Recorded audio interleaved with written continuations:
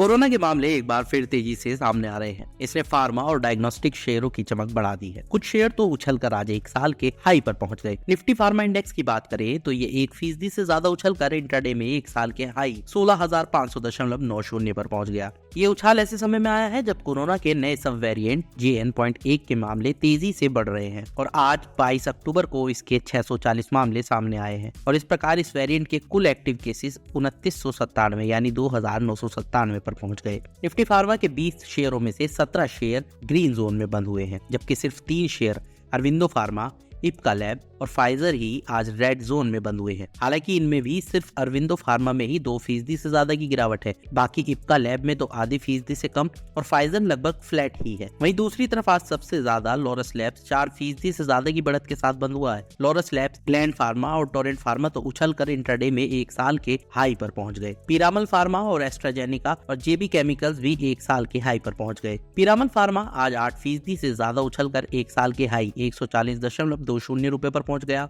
ICICI securities ने Piramal pharma की फिर से कवरेज शुरू की है और 180 रुपए के टारगेट प्राइस पर खरीदारी की रेटिंग दी है। ब्रोकरेज को वित्त वर्ष 2023 से 2026 के दौरान इसके हेल्दी प्रोजेक्ट पाइपलाइन और contract development and manufacturing organisation यानी CDMO में बेहतर वॉल्यूम और सेल्स की उम्मीद है। एस्ट्राजेनिका फार्मा भी आज 8% से ज्यादा उछलकर एक साल के हाई 5,193.75 रुपए पर पहुंच गया। इसके एक दिन पहले कंपनी ने अगले साल जनवरी 2024 में ट्रास्टोजुबान ड्यूरेक्सटेकन यानी एनहार्टो लॉन्च करने का ऐलान किया था। इसका इस्तेमाल ब्रेस्ट कैंसर के इलाज में होगा। जेबी केमिकल्स के शेयर आज 7% से ज्यादा उछलकर एक साल के हाई 1608.90 रुपए पर पहुंच गए। ग्लैंड फार्मा के शेयर भी 5% उछलकर एक साल के हाई 1948 रुपए पर पहुंच गए। फार्मास्यूटिकल शेयरों में इस साल शानदार तेजी रही, जिससे निफ्टी फार्मा इंडेक्स इस साल अब तक 30% बढ़ गया और सिर्फ इस तिमाही में ही फार्मा शेयरों ने 70% से ज्यादा का रिटर्न दिया। एंजल वन के senior vice president Amardev Singh के मुताबिक फार्मा इंडस्ट्रीज कुछ डिफेंसिव इंडस्ट्रीज में शुमार है और कोरोना के बढ़ते मामलों के चलते निवेशकों का रुझान भी बढ़ा है। इसके अलावा डाइवर्सिफिकेशन के चलते भी फार्मा सेक्टर में निवेशक पैसा लगा रहे हैं, जिससे तेजी